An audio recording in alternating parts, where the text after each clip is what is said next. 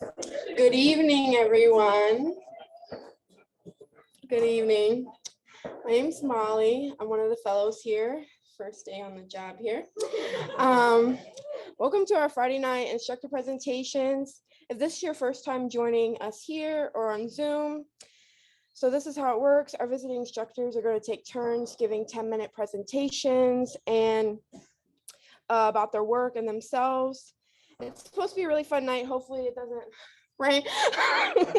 And I'm glad you're here for it. And I'm glad everyone that is attending on Zoom. So I'm just going to go ahead and get started. So our first instructor this evening is going to be Joe Guerriero from Photo. And our assistant introducing them is Maggie Seinfeld. Hi, everyone. My name is Maggie Seinfeld. I'm the photo assistant. Everything good? Yeah. And I'm here to introduce Joe Guerriero. Joe Guerriero is a mostly commercial photographer for more than 4 decades. Joe began doing documentary photography projects since the mid-1990s. His work has appeared in many publications, including Sports Illustrated, Family Circle, and Photo District News. He has completed photo projects from Pakistan, Turkey, Cuba, and China. In addition to being an instructor of documentary photojournalism and other photography classes at Sussex County Community College, Joe leads groups to Cuba, Bhutan, and Tuscany. He also has completed an award-winning feature documentary film, Curtain of Water, about the U.S. embargo of Cuba, right? Yeah, that's it. So please welcome Joe Guerriero. Hey, thank you. Thanks for being here. Thanks for inviting me. So just arrows, right? Mm-hmm. Yeah, you're just gonna hit the arrow. That one. Yeah. Okay. So yeah, I decided to show something about my Cuba work.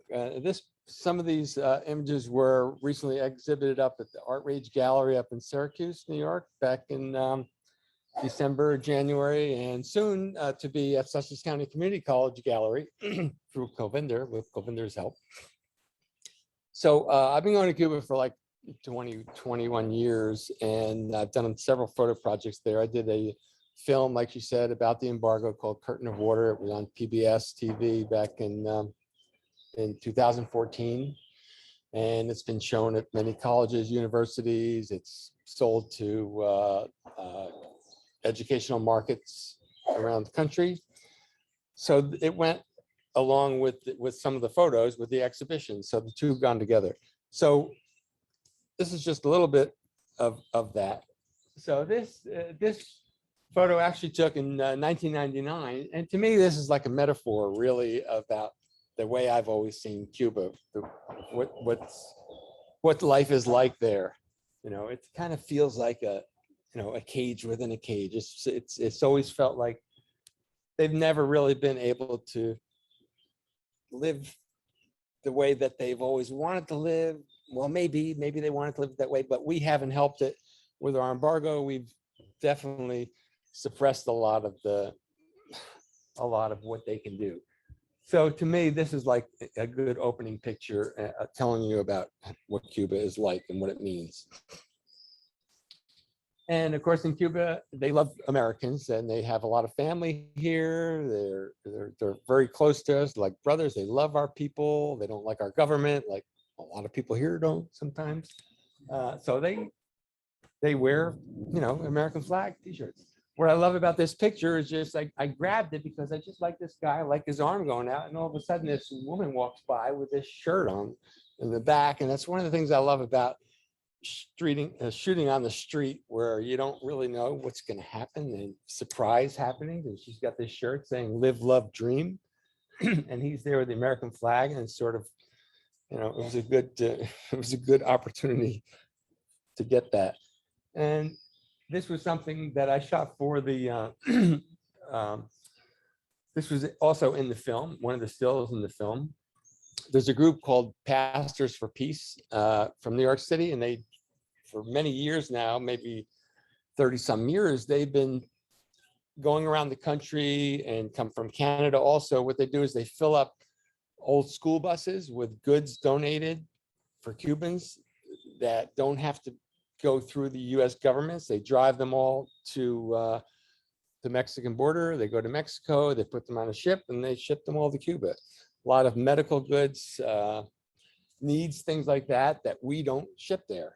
You know, that's just one of the things that with the embargo, we don't allow goods to go there. It's really that simple. And so this truck is one of the things that was on one of the shipments one time. And what they do is they just leave the vehicles there.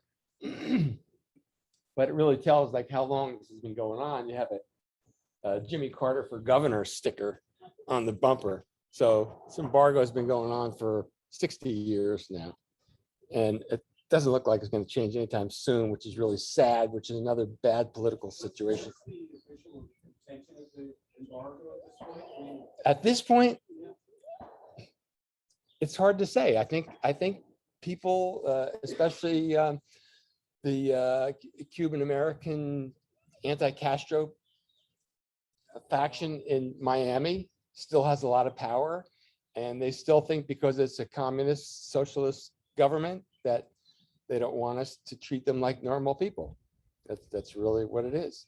And the sad thing is that just recently, just last week, the United Nations votes on the embargo every year and votes against the US keeping the embargo.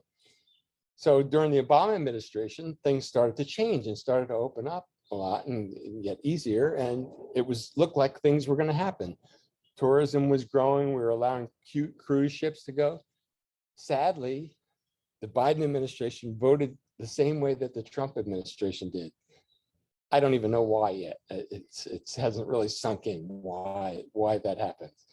So we were going in the right direction. 4 years ago, things went downhill, obviously, like a lot of things did. And now I don't know where it's going. Nobody's paying attention to it because it's not a priority. We have so many other problems that we're not doing anything, nothing. And I hear from my friends there all the time. I have friends who are tour guides who are like they're living off what little savings they have. They have no money. They have no food. We don't even hear about it. To buy like one egg is like $1 if you can find eggs, because most eggs would go to restaurants and for tourism, but now there are not even any tourists. So people in a tourist business are suffering. It's really bad, and we don't even hear about it. Like I said, it's crazy. It's crazy. So when I asked my friends, there, what are some of the things that, photographs that I could show about how the embargo is affecting people in Cuba, and they said, "Oh, just photograph the bus lines because of us, the buses, we don't support them in any way. Whatever buses they have are donated by China, and I don't even know if that's happening anymore." So you see this going on every day. These are bus lines. These people will stand there for an hour or more in the heat, waiting for buses. It's just the big thing in Cuba is, waiting. You always feel like people are just waiting for something, which is what they're just waiting for. They're waiting for something to happen, but nothing ever happens about anything. So they're used to waiting and more. They're just sitting there waiting for the buses to come, and it's a normal way of life for them. And I like this. I just happen to like this picture because I love the umbrella, and I waited for this car to go by. I didn't know any car was coming by, but I said, "Well, let me just see what happens." And then this guy came by. I said, "That's the one." That's why I love shooting this kind of stuff on the street. When you're out on the street shooting, and you're just thinking about nothing but photographs, it's true, you really do get into a zone and you see things that you wouldn't normally see because that's what you're looking for. And this is another example of that. This one I threw in here because this is another example about how the difference between the right side is, this is the ports in Havana where the cruise ships were coming in. So the right side here is where they started during the Obama administration renovating it. And then it just ended and they're back. It's like, that's what it was before they started it. So it's a direct line between our administrations and what's going on there. streets like this. Another thing that my friends told me how to illustrate the situation, because they have no cement, asphalt. You'll see streets like this that'll stay like this for a couple of years. I mean, I've walked down the same streets and they're the same as they were 2 years ago when I was there. Things just move at such a slow pace, and most of it is due to us. Pharmacies. You go to any pharmacy and whatever drugs you can find, shelves are mostly empty. Whatever they may get may be imported from Europe. They also manufacture some medicines there. It's just sad. That's just the way it is. It's just not normal. Street work is done. Everything's by hand. There's no pavement. There's not a lot of big machinery. This is a small town called Remedios, quite far from Havana. The street was getting ready to be paved. They were going to do this for, I think there was some dignitary thing going to happen in the town, so they spruced it all up, and all these guys were out there just sweeping it, preparing it to be paved. So it's a big deal just paving a certain small area. It's not normal. But artists still practice their art. They're not thriving like they do when tourism is normal, but they're still there. And art, of course, is artists in Cuba are always there's a lot of art energy in Cuba, so they're still at it, but they're not making any money.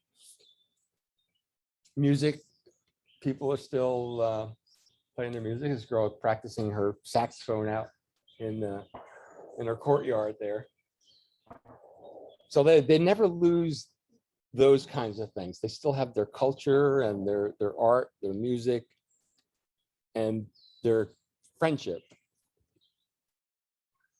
This was something new that I hadn't seen till just a few years ago. I hadn't seen a lot of this kind of thing. And this is in Santa Clara, Cuba. Sort of a counterculture thing.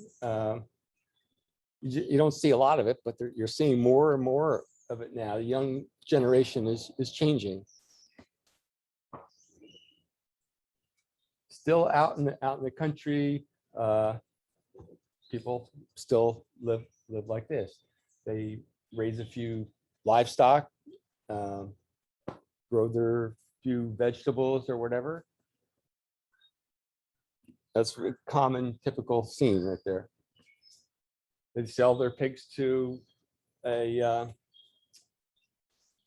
butcher. This is in Havana. They still have that sort of thing. Pork is one of the big things there, so they still do that. This picture I like because the cat, the cat on the right side there. So this was like a scene. It just was almost like a staged. I was in a car when I took this picture. It was just like so perfect because it's so typical too. But just sitting around, waiting for something, waiting to sell what few meat things they have there, and the cat's waiting too. I don't know what he's waiting for, but eat something. They do get some food imported. Sometimes they do get food imported from the United States if they have cash to pay for it, but the country has no cash, so we don't send them much food. They get food. This I think is from Ecuador or Mexico, bags of rice. This guy just struck me. He was just working so hard lifting these, and this girl watching him. I just love that picture. And this was the tourism. And this was during a group that I led there, and this is in Santiago, near Trinidad, Cuba, and I've been there a few times, and now it's become so touristy that people really start hawking stuff to you, really trying to push stuff, and it was a beautiful place. It's still beautiful, but it became very touristy. But now it doesn't look like that right now during this bad time. but that's one of the things that's missing. But I like this picture, so I threw it in there because I love that tower out on the sugar fields. But this is typical tourism goods, little dolls and shirts and things like that. And this was in Santiago de Cuba, up on the mountain. We're just driving down the road, and we stopped to buy some fruit or something. And I was just walking around in the people's yards, and I just saw this picture, and I just loved it. I didn't even realize that was an American flag shirt until I looked at the picture later. So I was just looking at the whole thing here, and then the wind just came and blew that out, and I just saw what it was. And you see the American flag everywhere. So that's it. I was trying to make it quick because I don't know what's going to happen. So here you go. Thank you. Thank you, Joe. All right. So next we'll have Keith Tompkins from woodworking, and the assistant is Kat Nash, who's going to introduce him. Hey guys, it's Kat. I'm here to introduce Keith Tompkins, who's teaching the Exploring Turned in Bowls and Boxes class. Keith Tompkins is an inventor, a motorcyclist, and an accomplished woodworker, but above all, a wood turner. He began woodworking in high school, and his turning career has taken him far and wide, across the United States and as far away as New Zealand. His work has been sold worldwide, and he has been published in over 50 publications. Welcome to the stage, Keith Tompkins. Hi, everybody. I'm Keith. We had it was a funny little conversation in the shop, and Kat asked, "How do you want to be introduced?" And I made a funny comment. I said, "Don't you dare say that." So thank you. I want to thank everybody for having me here. I'm a wood turner. I've been working with wood basically my whole life. After a woodworking shop in high school, that's all I wanted to do. So I went to work for cabinet shops and various other woodworking places. I try to make the stuff I do kind of unique that nobody else is doing. This was a mahogany bedpost that my brother sent me, a big piece of wood. He says, "See what you can do with it." So I sent him this picture back. But this was a piece of holly, and sometimes my pieces have a story behind it. I was out to dinner one night. I'd gone to the Philadelphia Furniture Show, and you see so many things there. My head was like spinning, and I was out to dinner, and I drew this out on a napkin after going to the furniture show. This is one that some friends of mine were turning hollow tubes, and I said, "What's the point of turning a hollow tube? That's kind of boring." They said, "Well, have you ever turned one?" And I said, "No." They said, "Well, they challenged me to turn a tube." So this is what I came up with. I cut it down the side, and I steam bent it and carved some leaves on it. This is another one, a little tiny one that I also steam bent. And then I gold leafed it and I painted it, and that's what it turned out when it was finished. How big is that? That's about 6 inches long. This is one, I was doing some steam bending, and I was doing some segmented turning of one turning combined with another.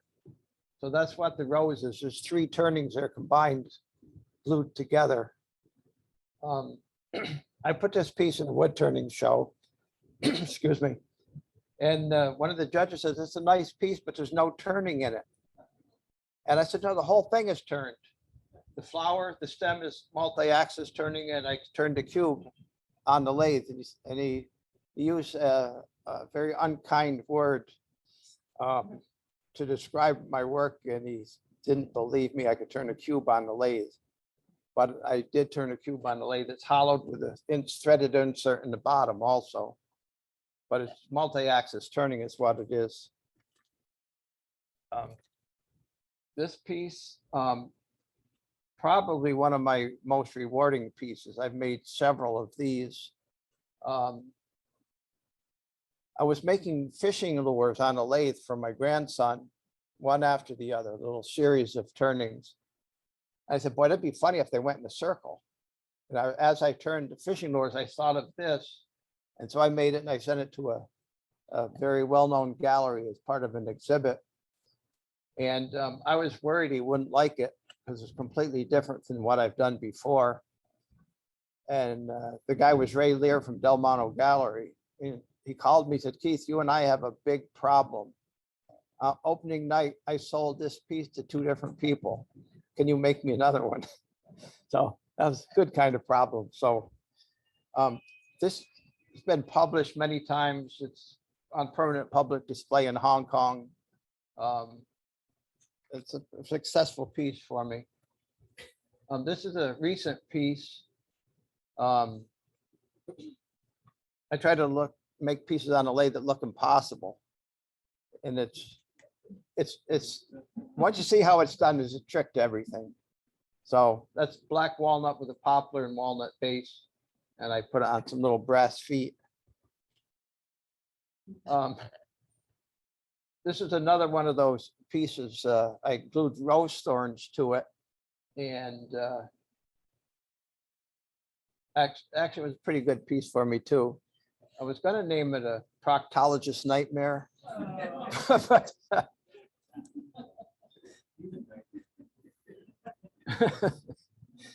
this is my self-portrait. When I make some of those pieces that are half circular, there's always something left over. So I made this out of a leftover piece.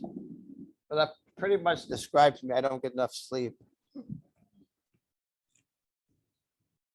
This was a piece of holly that I turned and carved. And I turned it off center, so I had one thick side and one thin side, and I carved the thicker side.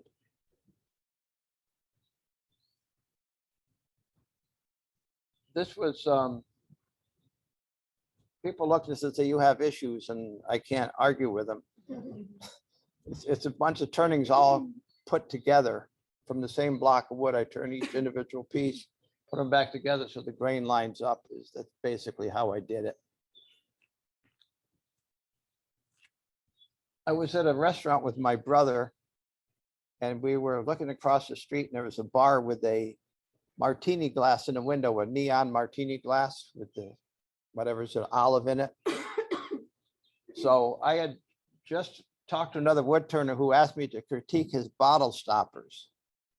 And I'm like, I'm an artist. I can't critique a bottle stopper. But I was just kidding. So it got me thinking, could I make a signature bottle stopper? So now people say, oh, you're the bottle stopper guy. Another bottle stopper. But the cheese and the goblet are one piece of wood. It had to be turned on 4 centers to get that to come out the way I wanted it to. And the mouse is all turned except for the ears. And that's a regular bowl. I'm slipping. I don't know what happened. They say I can't turn ordinary or regular, but I can. And that's another bowl. That was a commission. Wow, where are all these bowls coming from? This is a little box I did here at Peters Valley 2 years ago. Everything got canceled last year, but in the box class, I did this one. This was one of my demo pieces.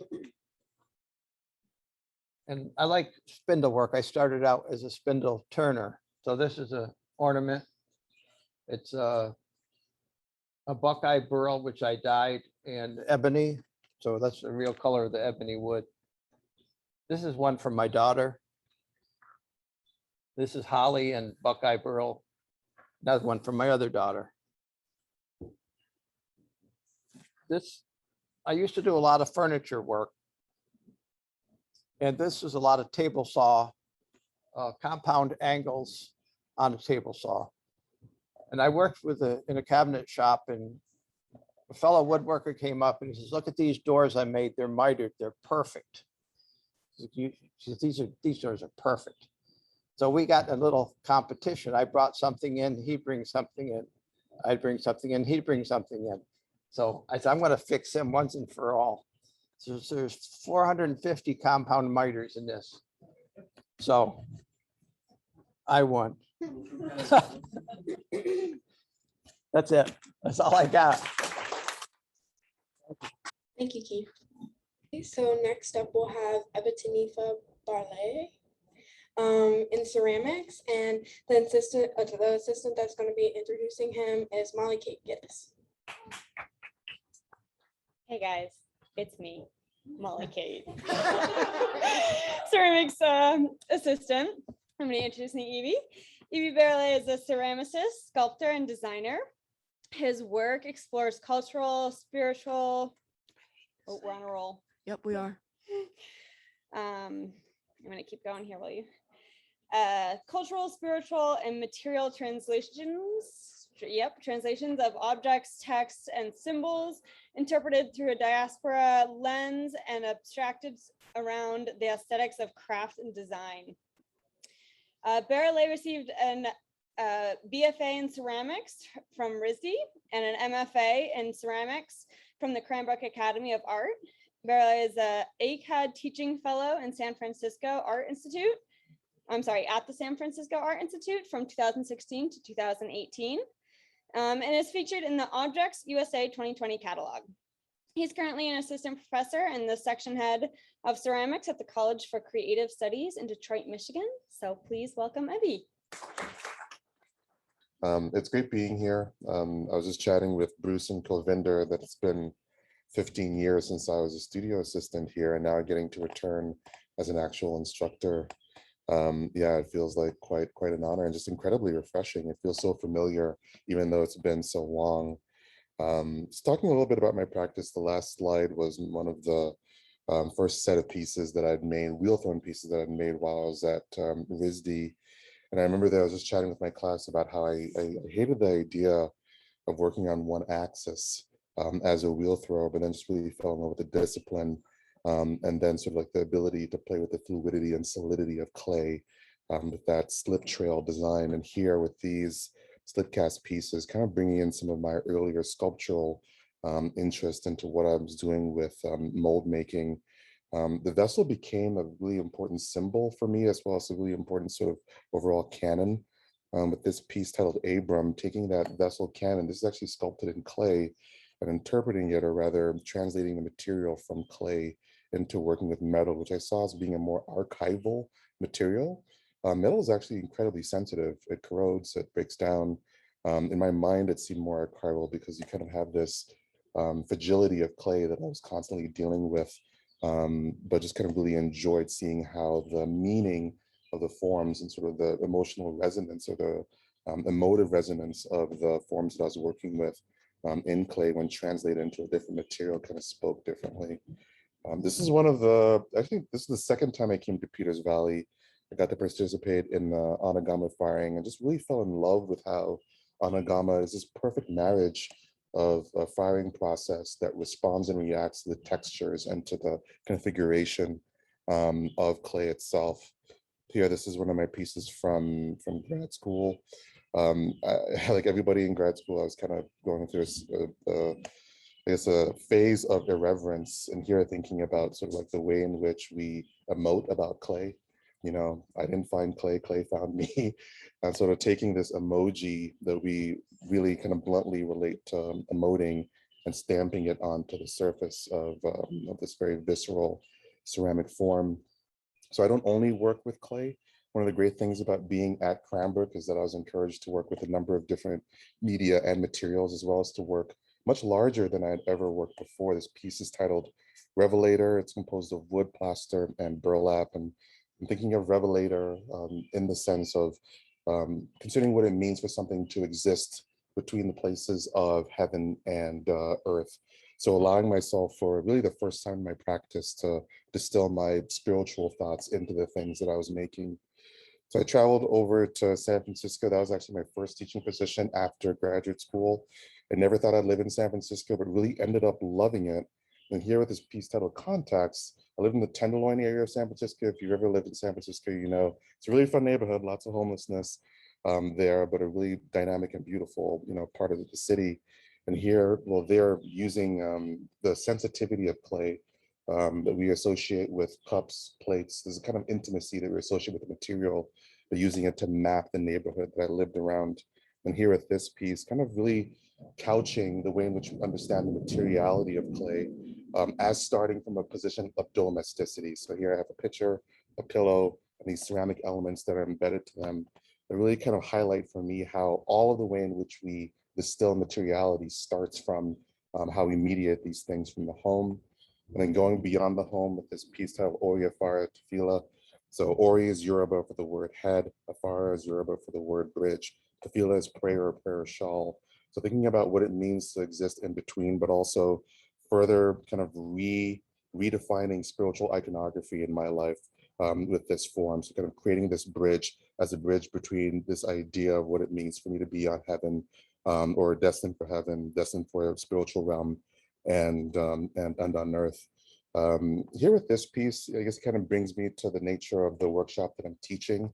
The idea of the layered vessel with this piece titled Fount, playing with the idea of the Duchampian fount, but converted from something that's sterile and industrial to something that's much more tactile and really subjective in its nature, that's inviting, but at the same time repulsing because it's sharp and it's hard, even though it appears light and fluffy, if you will.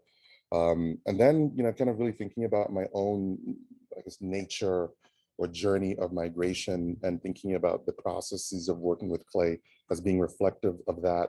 You know, folding chair is this symbol of transience. There's a certain kind of transience in clay as well, as it goes from being something that's wet to being something that's dry and cracks, and wanting to reflect that in a way that didn't require a piece to be fired. And it was the first time I really used a ready-made and raw clay in a piece of work. Probably the most introspective piece that I've made in some time is kind of really thinking about what it means for one structure to be interpreted from one material into another. It seems like a little bit of a mute point, but that one translation and the way in which it speaks to the difference of materiality just really intrigued me. I think that's a lot of what, you know, I kind of play with in working with different materials, thinking about the nature of clay and thinking about how that nature both enhances and shifts the meaning of certain forms as well as text when represented through it. Here I'm taking the Maping kind of vase canon and I'm muting it. So I'm taking away the functionality of something that is, I would say, a type or a form that's immediately recognizable. And I'm turning it from being something that is useful to being something that's entirely sculptural by removing the opening, just having it be read and understood as something that exists purely in a sculptural realm. I don't always work with a lot of text, but when I do, I get right to the point. So this piece titled "What Now?" There's a little bit of both a prayer and a provocation. It's like what now? And it's also like my most frequent prayer, like God, what do I do now?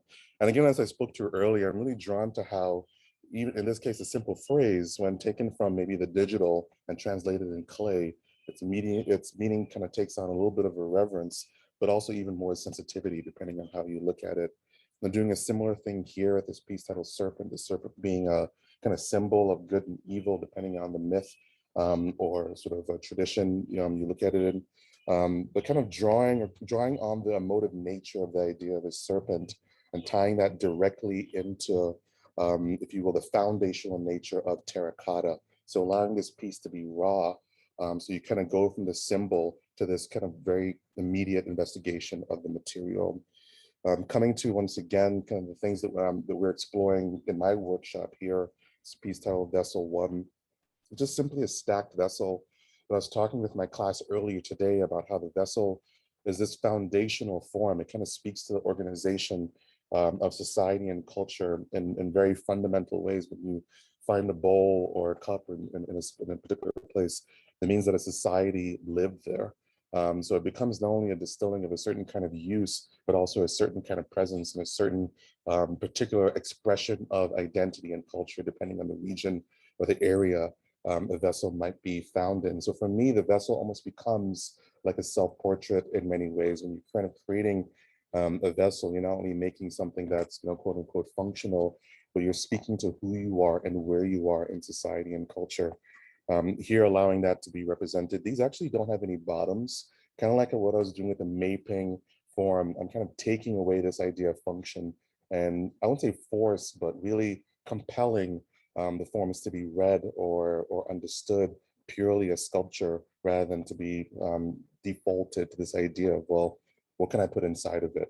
It becomes more of a wall than a traditional functional vessel in that sense. Also really drawn to the tradition of making face jugs. So this isn't a jug, again, I've taken away that sense of functionality, but thinking specifically about enslaved potters in the Edgefield region of, I forget what it was, North or South Carolina, who made face jugs, and about it's almost the caricature of the face as being sort of like a distilling of West African abstraction. That being sort of an aesthetic that enslaved potters brought to America, not just simply something that's a product of America. I'm thinking more specifically about West African abstraction as something that is a strong reference point for me in my work overall. Ending here with this piece, which has been featured in a exhibition over at Freeman Benda Gallery that opened not too long ago. Here going from the wheel thrown form to quill built form, but exploring similar ideas, but bringing it to a more contemporary level and thinking about what it means for me to exist as a Black man, a person of color, in the current nature, in the current state of America. And I'll end it there. Okay, so next we'll have Talya Kantro from Fine Metals, and the assistant that's introducing her is Maddie Meyer.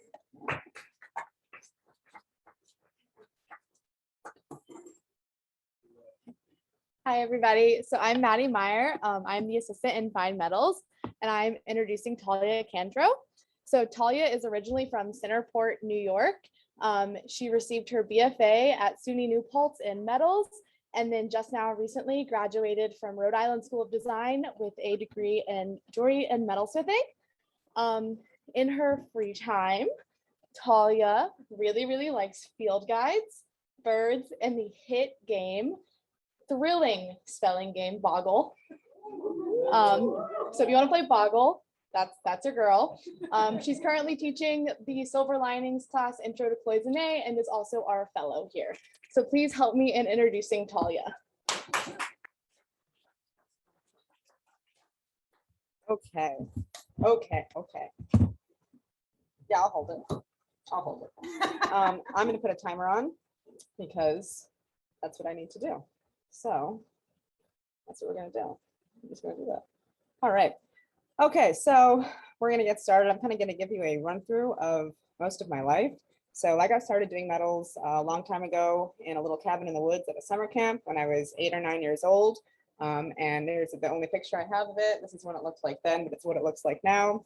And I went back every summer for the next 8 years or so until I was like, I don't know, 16 or so. And then I started teaching there. So we've got a little, little soldering station, a little buffing wheel, anything you need, kind of like here, but it's for kids and it was on Long Island. So here's a picture of the first ever bracelet I ever made that I still have, and also a snake, because I'm going to show you some critters from everywhere I've been. That's what I'm going to do.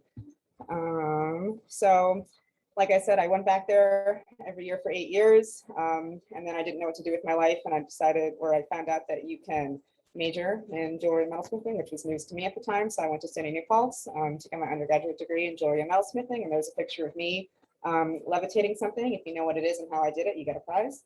But that's my studio at SUNY New Paltz. So when I was there, it was fun because it was the first time that I had kind of unlimited access to a studio with no one telling me what I could do or how I could do it, because I wasn't, an 8-year-old. So I made a whole bunch of stuff. I made an artichoke vessel and a spider and praying mantis and a forged yod and a swan ring that flaps when you move your fingers. So some fun stuff. So I kind of had free reign there, which was exciting for me. And then my thesis body of work was where I started getting interested in enamels and cloisonne specifically. There's a lot of deep sea fish that I was working with, and I was focusing on human fascination with like their fear and the sublime, because I've always had a really irrational, it's raining, fear of the deep sea oceans and creatures inside it. So I was kind of relating or thinking about why we're so fascinated with things that we're afraid of, like roller coasters and horror movies, why humans are kind of drawn to that fear. So I was kind of drawing people to my fear. So I made a bunch of those and they're kind of fun. It's just really, really raining.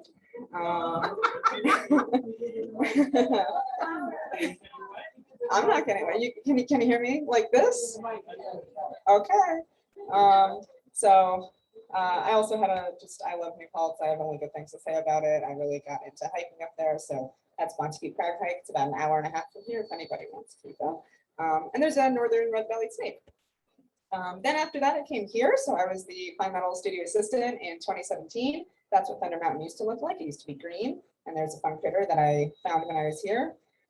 There's beeping going on somewhere.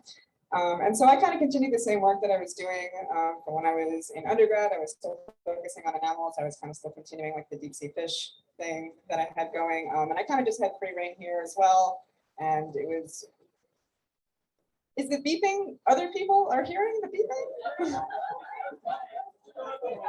Okay, here I go to talk about me. So I was having fun here. It was a good time for me to be here. I had never been to a craft school before, and I just come out of a really intense bachelor's degree program. So I was learning about the intersection between craft and academia and industry, which is a really good thing to learn about here because you can't get away from it. So that was a really good time for me. This one I didn't make here, I made a new policy, and it should have been later in the slides, but I credit Peters Valley with kind of projecting me on my trajectory for the rest of my time that I've been around since then. So here's a group of my crew from 4 years ago, just to give them a shout out. They're not here, they don't know, but that was fun.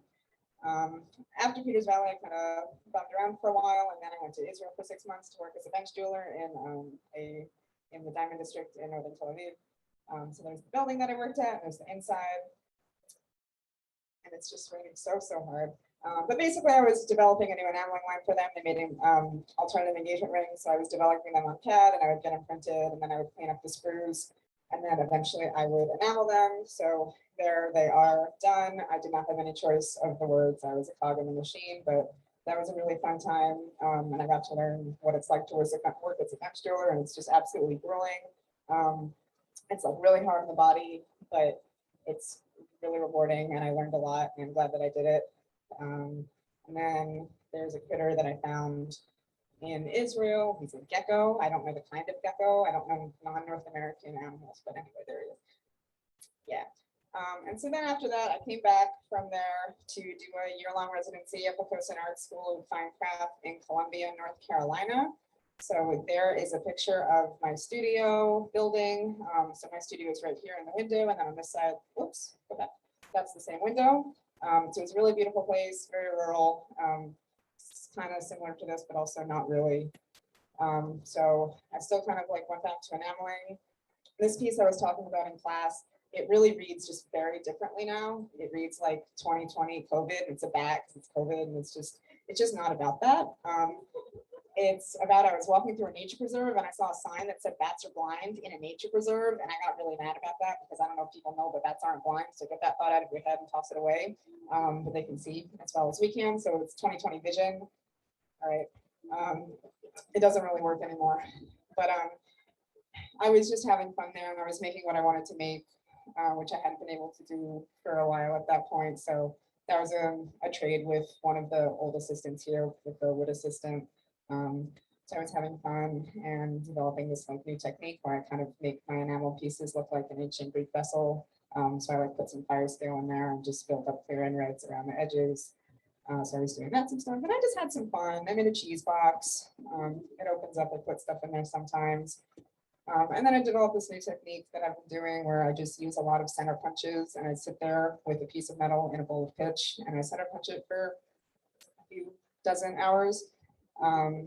And I made a lot of these pieces when I was there, and I started thinking about the difference between like process and piece, because a lot of times we talk about how the process is part of the piece and how we like the process and that leads to the piece, and you kind of just see what comes out of it. And that wasn't really the case for these, because I just hated the process. I physically hate doing it. It hurts my hands and it's really boring, but I really like the end result. So to me, the process is secondary and the end result is the primary thing, which I think is different from how we sometimes have conversations about these kind of things in the fine arts world. So I felt weird about saying that to people, because when I got to grad school, my professor would say, well, it's about the process, right? You like the process. Like, no, I don't like it. It hurts. But anyway, I stuck some stones in some of them, and I kind of developed a new way of putting like half flush set, half bead set. So I was having fun with it. I really liked how they looked, and I made a bunch of them. So they're kind of fun. That one's in the show over there. You can go look at that one. See this way. There's a belt buckle. It's fun. I made some other stuff. I found some coral in the ground, and I made some cufflinks for a friend. I had access to a laser cutter all the time, so that was really fun. So this was a pin trade at a SNAG conference, Society of North American Goldsmiths. So everybody makes a bunch of pins, and then everybody else makes a bunch of pins, and you swap them back and forth. And it's real fun. So these were my pins from that year. While I was at Picosin, I got a really fun commission from this artist, Matt Lambert, he was like being sponsored by the Norwegian government to make all these reindeer pieces.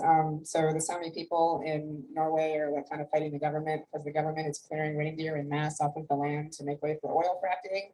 And they're shooting the reindeer in the head, and it ruins the use of the body. It like ruins the bile, where it goes through the bile, and it ruins the body parts. So no one can use them. So there's like huge carcasses of reindeer everywhere, and it's like a big problem. So he was working with some artists over there to kind of bring awareness to this, and he outsourced me to do all the metalwork and fabrication. So there was some porcelain slip fast reindeer skulls, and I did all the metalwork for it. And that was a really fun and rewarding project. And I was able to do it because I had this residency at Picosin, so I had a bunch of them. So like, there was a whole lot. So they're over there now. Picosin was really pretty. I'm glad that I was there. I spent a lot of time in the swamp, which just doesn't seem surprising if you know me. There's some critters that I found at Picosin, a lot of critters there. These spiders are really big, and they make these DNA style webs. It's very cool.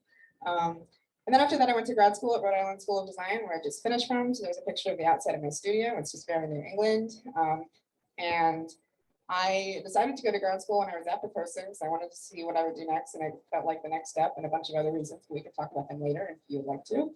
But once I got there, I had a hard time making work, and I didn't really know what I was doing, and I had a lot of imposter syndrome, and I mostly made work about that for the first 3/4 of my time at grad school. So right, I have a piece called Lazy Bones, because that's usually how I felt, even though I was doing incredibly time-intensive processes, and I only thought about work, but it's supposed to be blurry, it's fine. So with that, I did some more just pieces that kind of expressed that I didn't really know what I was doing, without me having to verbally tell people that. So there it is. Your guess is as good as mine. I just don't know. That was here last year at some point. I did some other stuff. I made these time coins. What time is it? Okay, well, I'm doing fine. I made these time coins that are like supposed to represent the actual amount of labor that it takes me to make a thing. So these are like 48 half hours. They're half an hour each, because it takes me half an hour to make one, and then the other ones are 2-hour coins because they take me 2 hours, because they take a little longer to ridged. So the idea is that you give it to somebody else, and that represents the actual time that you're putting into something, kind of cutting out the monetary middleman. Because I was just thinking about what we actually do in life is just trade our time for things.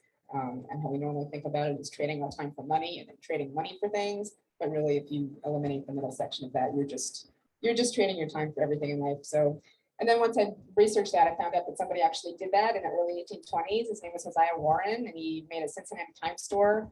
And you could pay with your time. So you could go in and buy products and clothes and stuff with a little piece of paper that said 3 hours labor, and then someone could come back later and give a card back to you and say, okay, I want my 3 hours of labor. And it was really successful. And then he tried to make a town about it, and that failed. But it's really interesting. He was considered the first American anarchist, so that's fun. And I was still making just stuff that I didn't really, I don't know if I considered it my work or not, but that's what I was making. So I would pull for Art One, and I was thinking about audience interaction and coming over and kind of like performing with the artist. So that's what happens when you pull it out. And it's pretty funny. It's pretty long. It's like this long when it comes out of your body. So then COVID hit and I didn't make any work for like the next 8 months or so. Definitely the next 4 months, but then this past fall semester, it was still tough for me to like get back into the making mindset after COVID and after the summer. But finally, I kind of just had a big thesis change and I stopped making work about not wanting to make work. I made some stuff about biblical Judaism and loopholes in modern society, and they take a lot of explaining to do, but I just kind of want to run through them really fast. So this is a piece about not being able to carry things outside of your home on the Jewish Sabbath, which is called the Shabbos. And I was raised half Orthodox, so I had to follow a lot of these rules for my whole life. But you can wear a coat. So I combined a chair with a coat and covered it with the same fabric so that it's part of the garment. So you can still wear your coat. It just happens to have a chair sticking out of the back of it. So when you get to the place that you want to go, you can still take it off and you can sit in it. Now you've had a chair and you beat God, basically.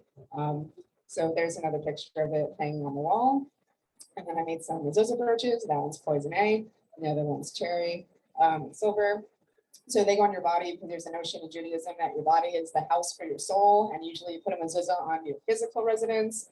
So I was thinking, why wouldn't you put one on your bodily residence? Then there are a bunch of other stuff about them, but I'm running out of time. So there they are, and there's me and my friend KP with some other ones. There they are.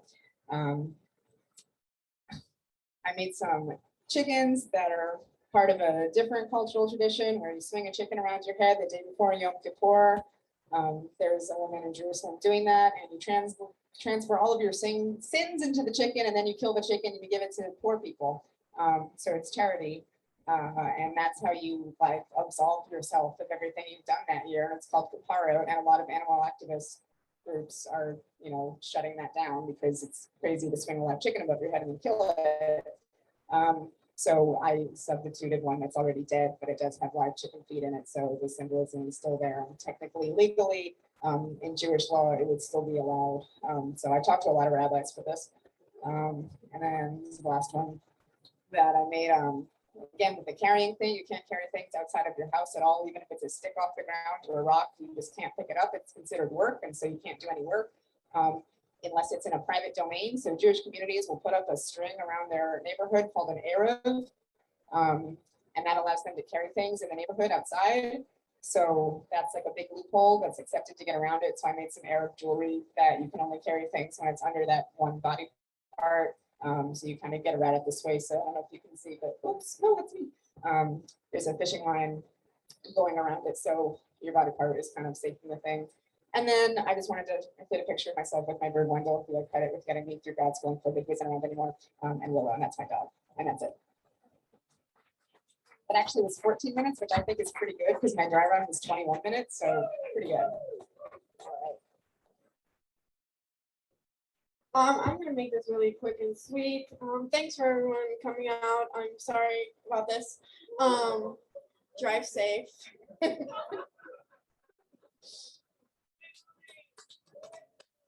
Thank you so much for tuning in. We would like to thank our sponsors for making programs like this possible. If you liked this video, please hit the like button and subscribe to our channel to receive more like it in the future.